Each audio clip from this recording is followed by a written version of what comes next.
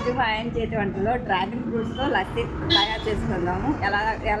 ఎలా చేసుకోవాలో నేర్చుకున్నామండి. Dragon fruit ఇలా కట్ చేసుకోవాలి, ఎందుకంటే పైది కూడా తిన్నా బ్లడ్ బాగా పడుతుంది, చలవ కూడా చేస్తుంది, చాలా మంచిది, పిల్లలకు కూడా చాలా మంచిది. వాళ్ళు ఇలా డైరెక్ట్గా తినాలి తినలేదు అనుకోండి, ఇగో ఇప్పుడు నేను చేసే విధంగా చేసి పెట్టినట్లయితే చాలా బాగా జ్యూస్లా తాగేస్తారు కదా. లస్సీ చేసుకుందాం.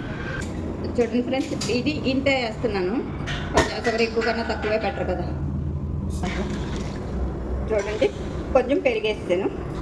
ఒకసారి కొంచెం మెత్తగా ఆడినాక మిక్సీ కట్టుకోవాలి, చాలా మెత్తగా. ఇప్పుడు దీంట్లో 2 గ్లాసులు, లేదు పలసగా తాగలుగుతామంటే 3 గ్లాసులు వేసుకోండి.